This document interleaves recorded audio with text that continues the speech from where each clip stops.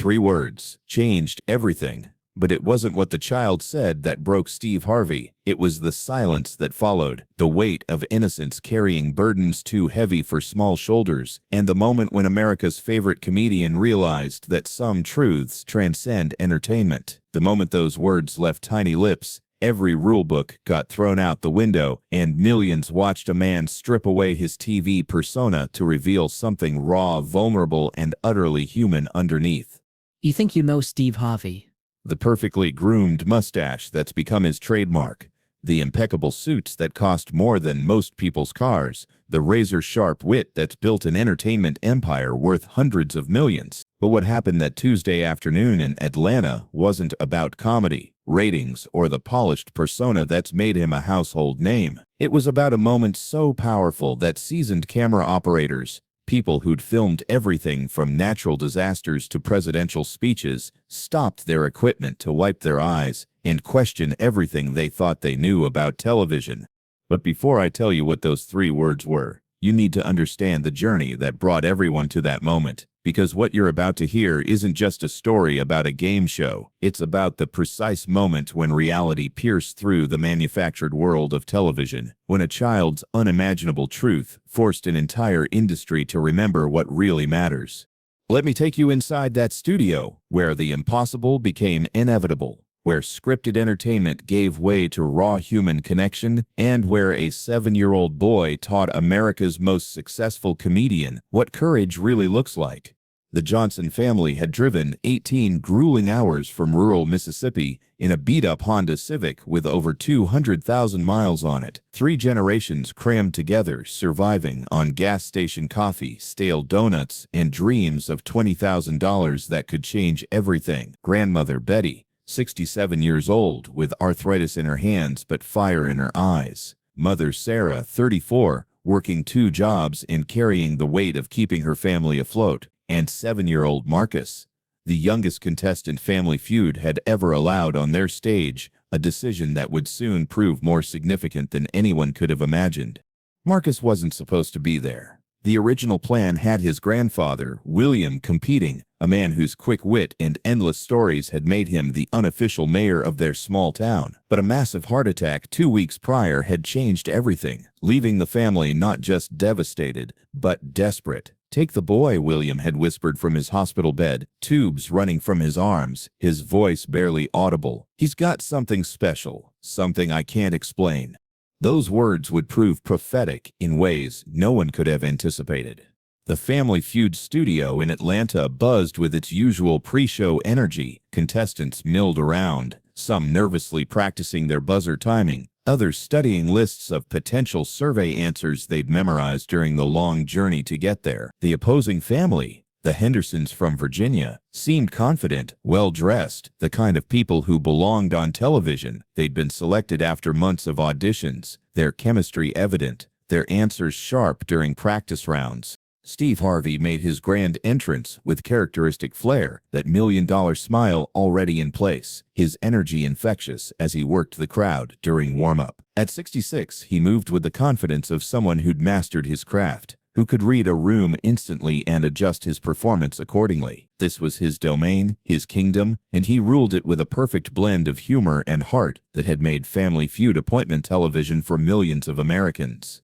But something was different that day. Steve noticed Marcus immediately during the family introductions, and not just because of his age. There was something about the way the child observed everything with those impossibly wide, dark eyes, like he was memorizing every detail, storing it away for reasons Steve couldn't quite understand. Most kids that age bounced with barely contained excitement, overwhelmed by the lights and cameras and audience. Marcus stood perfectly still beside his grandmother, his small hand gripping hers with an intensity that seemed unusual for a 7-year-old on what should have been the adventure of a lifetime. "And who's this little man?" Steve had asked during introductions, kneeling to Marcus's eye level with that trademark warmth that had endeared him to millions. The audience immediately responded with collective awe-eyes. This was the kind of moment that made Family Feud special, the human connections that elevated it above typical game shows. "I'm Marcus," came the soft reply, barely audible over the studio audience's enthusiastic response. I'm 7 years old, and I'm here for my granddaddy." The audience melted at the sweetness of it, but Steve's practiced smile flickered for just a moment. Something in the child's tone carried weight, far beyond his years, a gravity that seemed out of place in a 7-year-old's voice. There was purpose there, determination mixed with something else Steve couldn't quite identify. But the show had to move on, as shows always must, and that moment of uncertainty passed as quickly as it had come. What nobody in that studio could have known was that Marcus had been preparing for this moment for weeks, not just studying potential answers or practicing his buzzer timing, but carrying a secret so heavy it had been affecting his sleep, his appetite, his ability to focus on anything else. A secret that had been whispered in hospital hallways, when adults thought he wasn't listening, discussed in hushed tones, when he was supposed to be asleep, revealed in overheard phone calls that had changed his understanding of everything. The first 3 rounds proceeded exactly as expected. The Johnsons played brilliantly, their answers revealing a depth of shared experience that comes from generations of family living, working, and struggling together. Steve worked his magic. The audience laughed at his perfectly timed reactions, and everything felt comfortably familiar. This was television at its most polished entertainment, designed to make people forget their own troubles for 30 minutes. But during the 4th round, something shifted in the studio's carefully controlled atmosphere. The question seemed innocent enough, the kind of feel-good prompt that typically generated heartwarming responses and easy laughs. Name something that makes you feel brave. Sarah had just given the number 1 answer, family, and the Johnsons were celebrating their chance to potentially steal the points and secure their victory. The audience cheered. The opposing family graciously applauded, and Steve was preparing his next quip when he glanced over at Marcus and felt his entire world stop. The child was crying.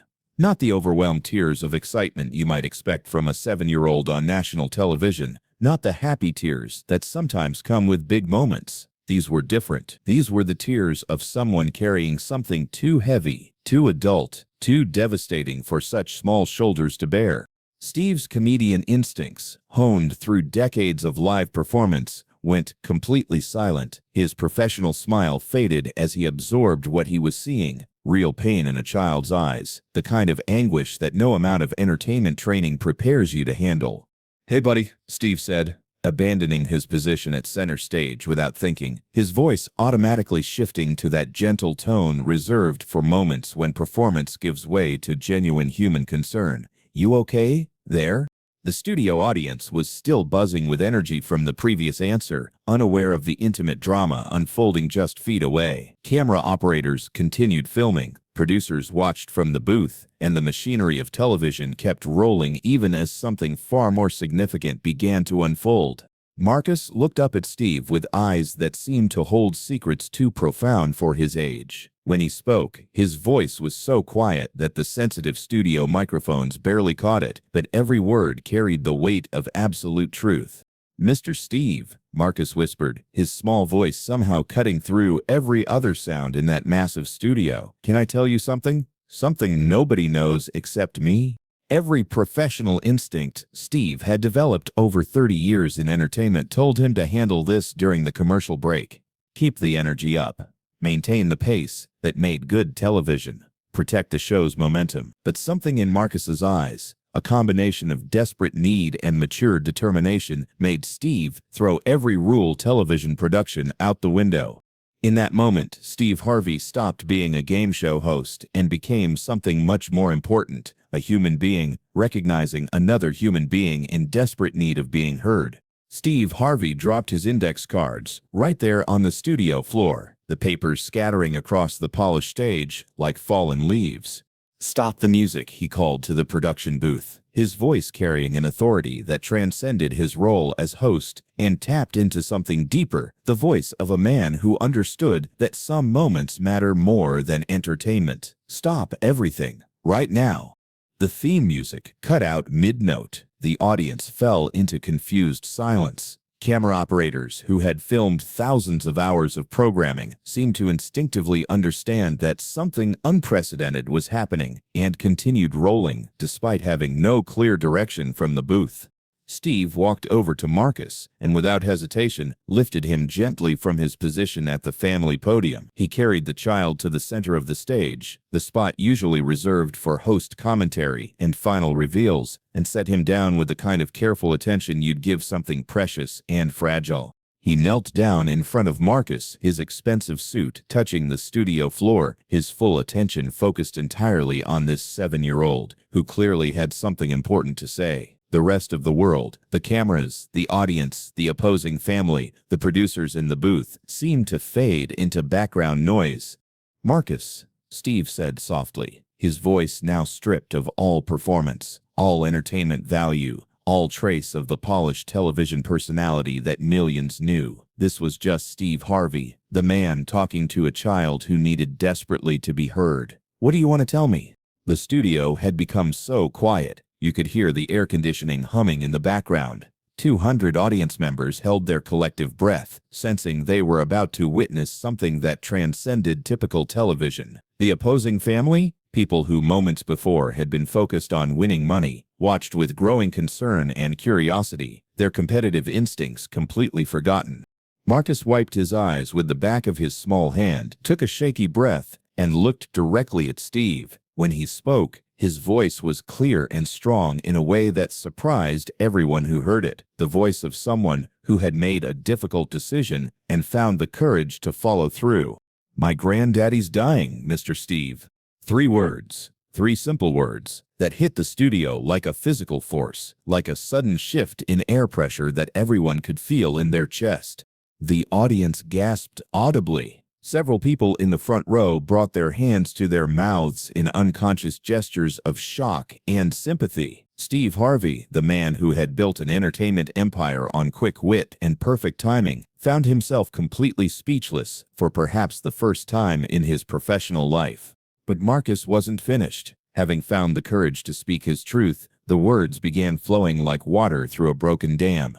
"The doctor said he won't make it to Christmas," Marcus continued, his voice gaining strength even as tears continued to stream down his cheeks. "His heart is too sick, and the medicine costs too much money. But he made me promise to come here and try to win this money. He said it would help Mama pay for his treatments, and maybe give us a chance to keep him a little longer." The silence in the studio was deafening. Steve Harvey, who had hosted thousands of hours of television, who had faced every possible situation a game show could throw at him, found himself in completely uncharted territory. This wasn't in any manual, wasn't covered in any training session, wasn't part of any script he'd ever seen. But what happened next revealed something essential about Steve Harvey's character, something that explained why he'd risen from poverty to become one of America's most beloved entertainers. It wasn't just talent or ambition that had driven his success. It was a fundamental understanding of human pain and the courage to meet it head-on, even when doing so violated every rule of the game.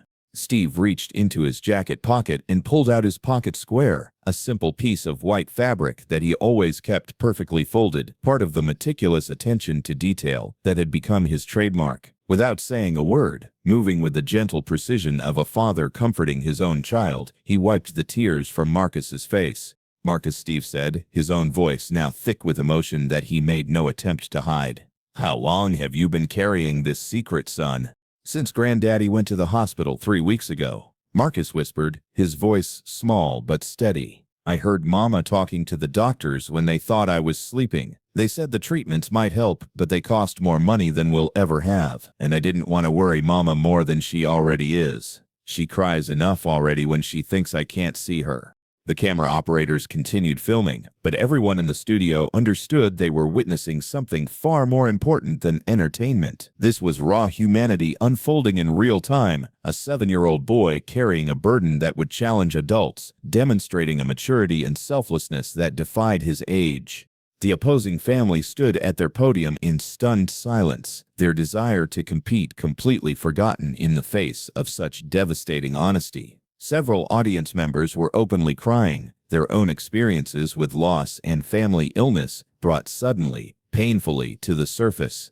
Steve Harvey stood up slowly, his movements deliberate and considered. He walked to the opposing family's podium, his usual television swagger replaced by something more substantial, the bearing of a man who understood that some moments require absolute authenticity.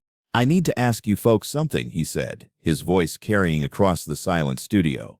"And I need you to be completely honest with me. Would you mind if we stop this game right here, right now? This little boy needs something more important than points on a board, and I think you understand that." The opposing family's patriarch, a man in his 60s who had driven 12 hours from Virginia to be there, who had dreamed of this opportunity for months, didn't hesitate for even a second. "Steve," he said, his voice clear and firm, "you do whatever that little boy needs. Games can wait. This can't." But here's the moment. No one in that studio and no one watching at home could have possibly anticipated the moment that would redefine what was possible on network television.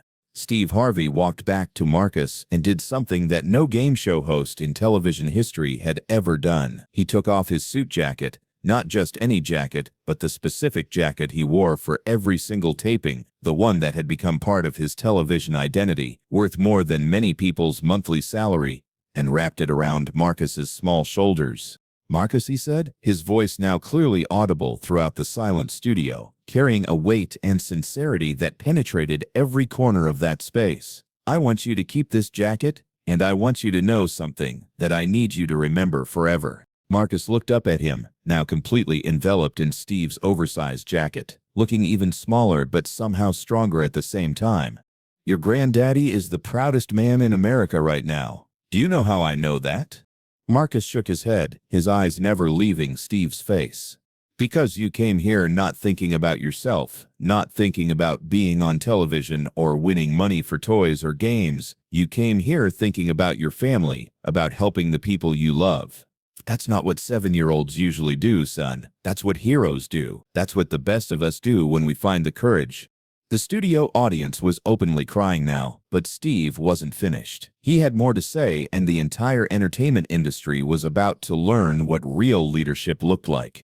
He turned to address the entire studio, his voice strong and clear, carrying the authority of someone who had found his true purpose in an unexpected moment. You know what we're going to do here today? We're throwing out the rule book completely. Both families are going to play together as one team for Marcus and his grandfather. Every point anybody scores, every dollar we win today, all of it is going to help this family fight the fight they shouldn't have to fight alone. What happened next was nothing short of magical. The Henderson family immediately left their podium and walked across the stage to join the Johnsons. Competition transformed into collaboration in an instant. The Hendersons' teenage daughter took Marcus's hand. Their grandmother knelt down and hugged Marcus like he was her own grandson, whispering something in his ear that made him smile for the first time since he'd started crying. Steve abandoned every traditional rule of Family Feud entirely. He began creating new questions on the spot, questions designed not to challenge or stump, but to bring joy, to create moments of connection, to remind everyone in that studio what really mattered. When Marcus giggled at Steve's deliberately silly faces and voices, the entire studio erupted in applause that felt different from typical game show cheering. This was celebration of pure human joy in the midst of heartbreak. By the end of that impossible episode, Marcus had answered several questions himself. His responses weren't on any survey board, weren't based on any polling data, but they were perfect in ways that transcended the game entirely. When Steve asked, "Name something that makes you brave," Marcus had answered without hesitation, "Helping your family when they need you." When he asked, "Name something that never runs out," Marcus said simply, "Love for your granddaddy." When he asked, "Name something worth fighting for," Marcus replied, "One more Christmas together." But the moment that defined everything, the moment that would be talked about in television circles for decades to come, happened at the very end of the taping. Steve knelt down next to Marcus one final time and whispered something in his ear that the microphones didn't pick up, something meant only for a 7-year-old boy who had just taught an entire studio what courage looked like. Whatever Steve said made Marcus smile, not the brave, forced smile of a child trying to be strong for adults, but the genuine, radiant smile of a boy who had just been reminded that he wasn't alone, that his burden was now shared, that love had a way of multiplying when it was given freely.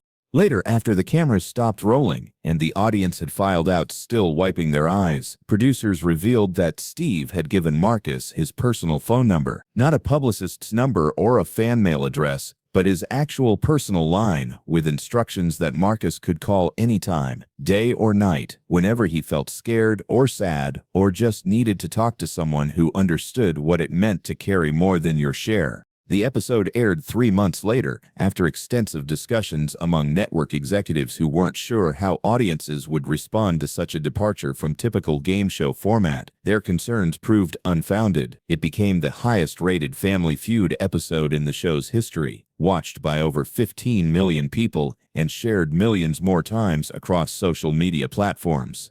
More importantly, it sparked something unprecedented. Donations poured in from across the country, not just from wealthy viewers, but from ordinary families who recognized their own struggles in the Johnson family's story. The episode raised over $3 million for families facing similar medical crises, leading to the establishment of the Marcus Johnson Foundation, which continues to help families navigate the devastating costs of serious illness.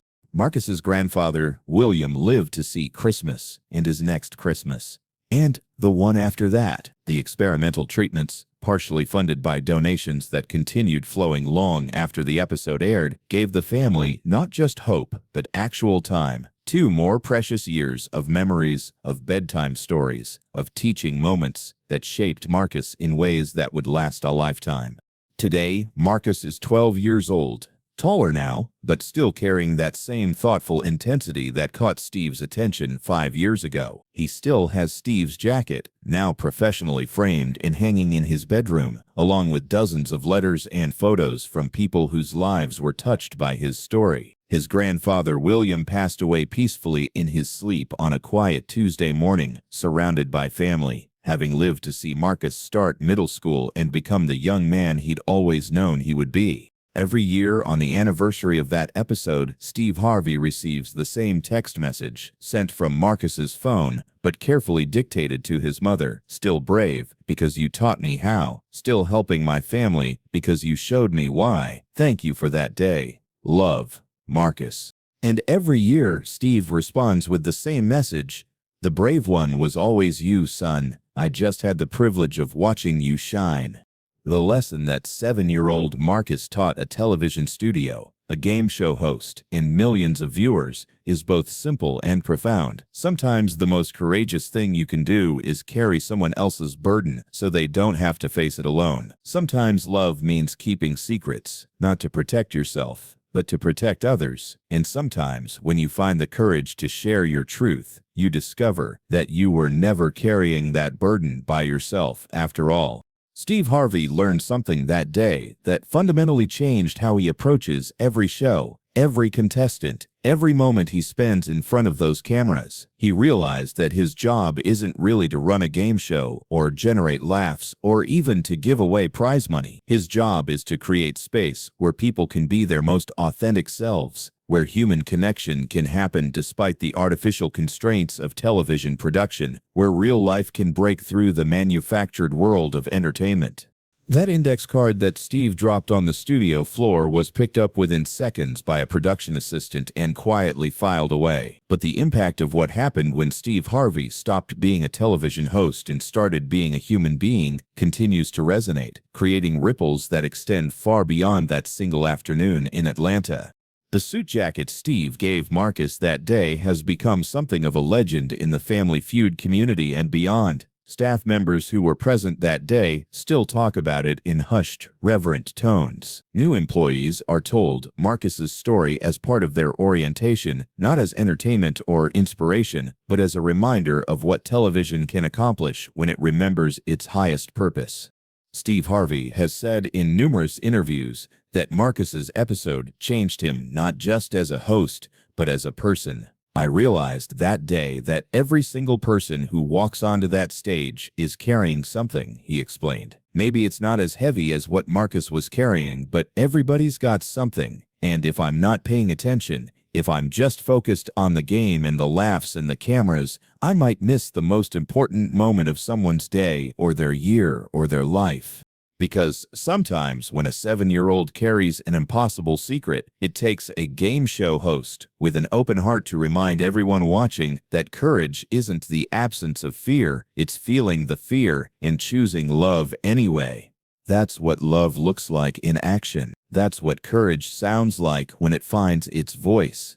And that's what happens when a 7-year-old boy's unimaginable secret reminds an entire nation what it really means to be alive, to be human, to be brave enough to care about something bigger than yourself. The 3 words that changed everything weren't just granddaddy's dying, Steve. They were followed by thousands more words. Words of hope, words of healing, words of community, words of love that multiplied and spread and continue to ripple outward, touching lives that Marcus and Steve will never know about, creating connections they'll never see, inspiring courage in hearts they'll never meet.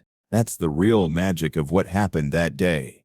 Not the television moment, not the viral video, not even the money raised for charity. The real magic was the reminder that we're all connected. That one person's courage can give others permission to be brave, that a child's love for his grandfather can teach adults what really matters, and that sometimes the most important thing we can do is simply witness each other's truth with open hearts and the willingness to help carry the load.